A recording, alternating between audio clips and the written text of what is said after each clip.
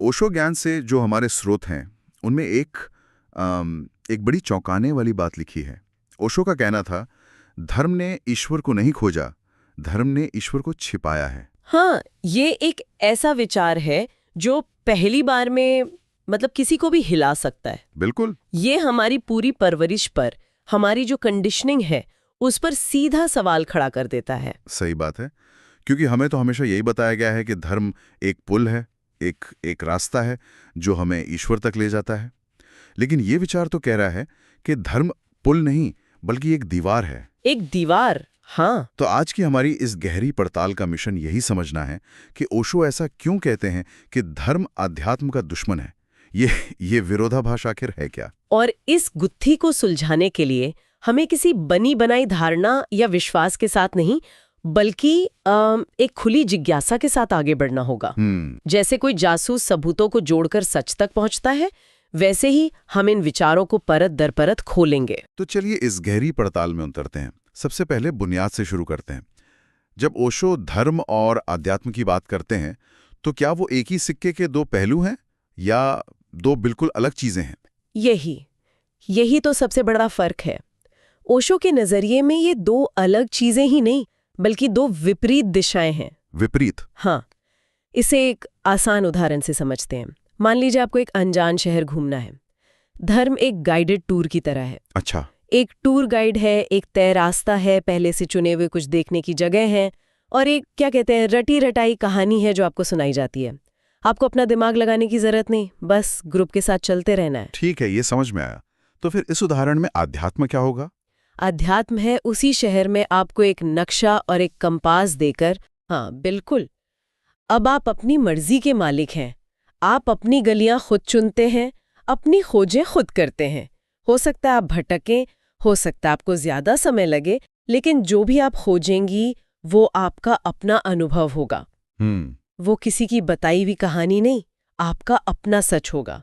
धर्म एक तरह से उधार लिया हुआ विश्वास है और अध्यात्म वो कमाया हुआ अनुभव है।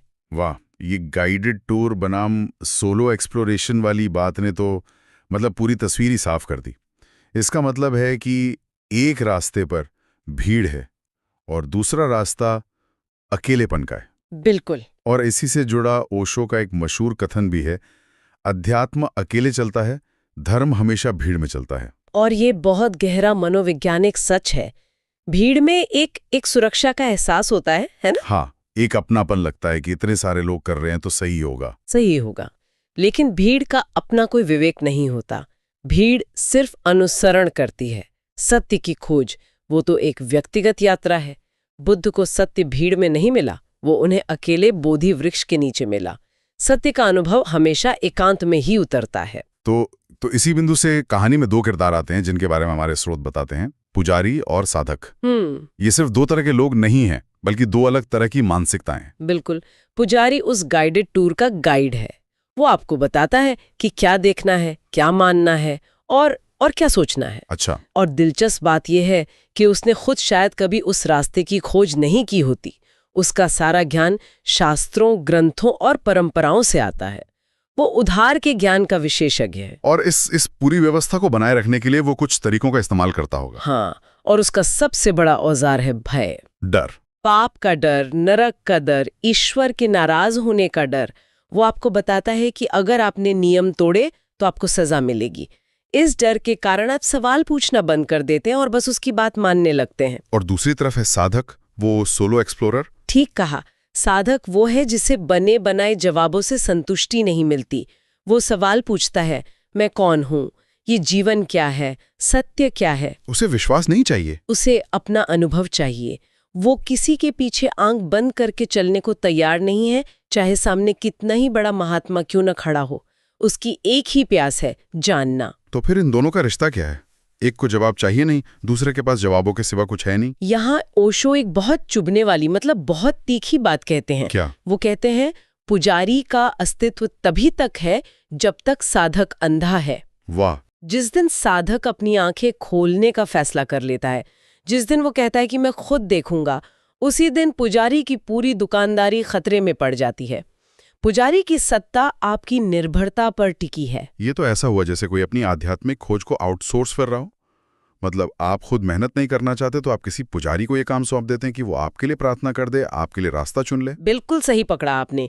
ये एक तरह का आध्यात्मिक आलस्य है, और इसी आलस्य और निर्भरता पर संगठित धर्म यानी ऑर्गेनाइज्ड रिलीजन का पूरा ढांचा खड़ा होता है। अच्छा। जब एक पुजारी की व्यवस्था बड़े पैमाने पर फैल जाती है तो वो एक संगठित धर्म बन जाता है। तो ओशो इस संगठित धर्म को किस नजर से देखते हैं? ये बस लोगों का एक समूह है या कुछ और? वे इसे साफ शब्दों में नियंत्रण की एक व्यवस्था कहती हैं। नियंत्रण की व्यवस्था? हाँ, एक सिस्टम है जो व्यक्ति के जीवन के हर पहलू को नियंत्रित करने के लिए बनाया गया है। ये आपको एक पूरी कॉर्पोरेट हैंडबुक थमा देता है। ये आपके जन्म से लेकर मृत्यु तक के नियम तय करता है।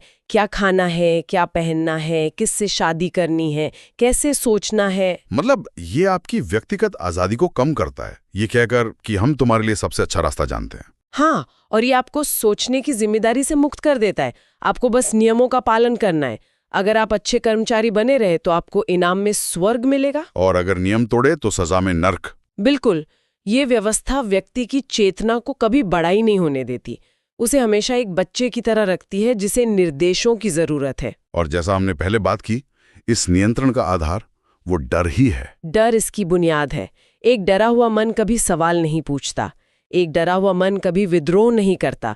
वो हमेशा सुरक्षा खोजता है, और धर्म उसे सुरक्षा का आश्वासन देता है। लेकिन ओशो के अनुसार जो मन डर में जी रहा है वो कभी मुक्त हो ही नहीं सकता, और जहां मुक्ति नहीं है वहां आध्यात्म का फूल खिल ही नहीं सकता। आध्यात्म के बगीचे में पहला बीज ही निर्भयता का पड़ता है। यहीं पर एक और फर्क साफ हो जाता है। स्रोत में एक जगह लिखा है, धर्म तुम्हें आज्ञाकारी बनाता है, आध्यात्म तुम्हें जागरूक बनाता है।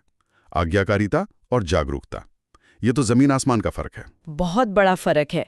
आज्ञाकारिता का मतलब है बाहर से मिले आदेशों का पालन करना। इसमें आपकी अपनी समझ का कोई रोल नहीं है। जागरूकता का मतलब है अपने भीतर की रोशनी से अपना रास्ता खोजना। एक में आप गुलाम हैं, दूसरे में आप अपने मालिक खुद हैं। इसी तर्क को अगर हम और आगे ले जाएं तो हम ओशो के सबसे क्रांतिकारी विचार पर पहुंचते हैं। वो कहते हैं कि सत्य को मंदिरों की जरूरत नहीं है। ये सुनकर तो किसी भी पारंपरिक धार्मिक व्यक्ति को धक्का लग सकता है। हम तो ईश्वर से जुड़ने के लिए ही मंदिर, मस्जिद या चर्च जाते हैं ना। हाँ, और ये विचार धर्म की पूरी नींव पर ही चोट करता है। ओशो का तर्क बहुत सीधा है। वो कहते हैं यदि सत्य को बचाने के लिए पत्थर की इमारतों की जरूरत पड़े तो वो सत्य बहुत कमजोर है। सोचने वाली बात है। जो परम सत्य है, जो शाश्वत है, उसे इंसानों की बनाई दीवारों के सहारे की क्या जरूरत। लेकिन लोग कह सकते हैं कि ये इमारतें तो श्रद्धा का प्रतीक है। वहां एक शांति का माहौल होता है, एक सकारात्मक ऊर्जा होती है। और ओशो इस बात से इनकार नहीं करती कि वहाँ एक खास माहौल हो सकता है, लेकिन वो सवाल पूछती हैं कि क्या सत्य सिर्फ वहीं तक सीमित है? अच्छा, क्या वो उस इमारत के बाहर मौजूद नहीं है? उनके अनुसार सत्य तो हर जगह है। वो इस पल आपकी आती जाती सांस में है, वो रात के सन्नाटे में है, वो सुबह उगते सूरज में है, और सबसे बढ़कर वो आपके भीतर मौजूद है। ये मंदिर, मस्जिद, चर्च, ये तो इंसानों की बनाई हदें हैं जो बांटती हैं। तो हम ईश्वर को एक पते पर, एक लोकेशन पर खोज रहे हैं, जबकि वो एक अनुभव है। ठीक यही ओशो का एक बहुत खूबसूरत सूत्र है, ईश्वर कहीं लहता नहीं, वो घटता है। घटता है। हाँ, ईश्वर कोई व्यक्ति नहीं है जो कैलाश पर या 7वें आसमान पर किसी सिंहासन पर बैठा हो। ईश्वर एक घटना है, एक अनुभव है जो आपकी चेतना में घटता है। जब आप पूरी तरह वर्तमान में होते हैं, मौन में होते हैं, प्रेम में होते हैं, तब जो अनुभव होता है वही ईश्वर है। और उस घटना के घटने के लिए किसी इमारत की नहीं, सिर्फ एक खुली जागरूक चेतना की जरूरत है। अच्छा, तो अब सारी कड़ियां जुड़ रही हैं। अब मुझे समझ आ रहा है कि हम उस शुरुआती सवाल के जवाब के करीब पहुंच रहे हैं कि धर्म आध्यात्म का दुश्मन कैसे बन जाता है। ये दोनों रास्ते अलग ही नहीं है, बल्कि एक दूसरे के विरोधी हैं। हाँ, अब हम उन विरोधाभासों को साफ साफ देख सकते हैं। पहला, धर्म आपको बने बनाए जवाब देता है। वो कहता है ये रहा ग्रंथ, इसमें सब लिखा है, मान लो। जबकि अध्यात्म आपको सवाल पूछने के लिए उकसाता है। वो कहता है किसी की मत मानो, खुद खोजो, खुद जानो। दूसरा, धर्म आपको विश्वास देता है, जबकि अध्यात्म आपको अनुभव की तरफ ले जाता है। विश्वास दूसरे का होता है, अनुभव आपका अपना। बिल्कुल। आप चांद के बारे में हजारों किताबें पढ़ सकते हैं, ये विश्वास है, लेकिन चांद पर कदम रखना वो अनुभव है। दोनों में बहुत फर्क है। और तीसरा और सबसे जरूरी, जैसा हमने कहा, धर्म डर पर आधारित है, जबकि आध्यात्म प्रेम और निर्भयता पर। जहां डर है वहां परमात्मा से सच्चा संबंध हो ही नहीं सकता। आप किसी से डर कर उसे प्रेम नहीं कर सकते। इस पूरी बहस का निचोड़ ओशो के एक वाक्य में आ जाता है। वो कहते हैं, जहां विश्वास है वहां खोज समाप्त हो जाती है। ये बहुत बड़ी बात है। और यही निर्णायक बिंदु है, ये फुल स्टॉप है। जिस पल आपने मान लिया, आपकी यात्रा खत्म हो गई। आपने खोजना बंद कर दिया, और जहां खोज समाप्त हो जाती है वही आध्यात्म की मृत्यु हो जाती है। आध्यात्म कोई मंजिल नहीं है, कोई डेस्टिनेशन नहीं है, वो तो एक अंतहीन यात्रा है, एक सतत खोज है। धर्म उस चलती हुई नदी पर एक बांध बना देता है। नष्ट कर दो, मंदिर तोड़ दो, ग्रंथ जला दो। नहीं, उनका संदेश विनाश का नहीं, बल्कि विवेक का है। वो दिशा बदलने की बात कर रहे हैं। दिशा बदलने की। हाँ, वो कहती हैं, धर्म छोड़ो लेकिन ध्यान मत छोड़ना, क्योंकि धर्म बाहर की चीज है, ध्यान भीतर उतरने की कला है। शास्त्र छोड़ो लेकिन मौन मत छोड़ना, क्योंकि शास्त्र दूसरों के शब्द हैं, मौन में तुम अपने अस्तित्व का संगीत सुन सकती हो। मतलब बाहरी कर्मकांडों और प्रतीकों से ऊर्जा हटाकर उन विधियों पर लगानी है जो सीधी आपकी चेतना पर काम करती है। बिल्कुल। उनकी पूरी शिक्षा का सार एक ही वाक्य में है, सत्य को मानो मत, सत्य को जियो। मानने से जीवन में कोई बदलाव नहीं आता, जानने से, अनुभव करने से, जीने से ही रूपांतरण होता है। और जिस दिन कोई व्यक्ति सत्य को खुद अनुभव कर लेता है, उस दिन उसे किसी पुजारी, किसी मध्यस्थ या किसी बाहरी सहारे की जरूरत नहीं रह जाती। वो खुद अपना दिया बन जाता है। हाँ, वो खुद अपना दिया बन जाती है। तो इस पूरी गहरी पड़ताल का सार ये निकलता है कि ओशो के अनुसार धर्म ने इंसान को एक अनुयायी बनाया, एक भेड़ बनाया जो भीड़ के पीछे चलती है। वो उसे एक सिस्टम में बांधता है, जबकि आध्यात्म इंसान को व्यक्ति बनाता है, उसे मुक्त करता है, उसे अपनी चेतना की ऊंचाइयों पर ले जाता है। और यही वजह है कि वो धर्म को आध्यात्म का सबसे बड़ा दुश्मन कहती हैं, क्योंकि एक का काम है बांधना और दूसरे का काम है सारे बंधन तोड़कर आजाद करना।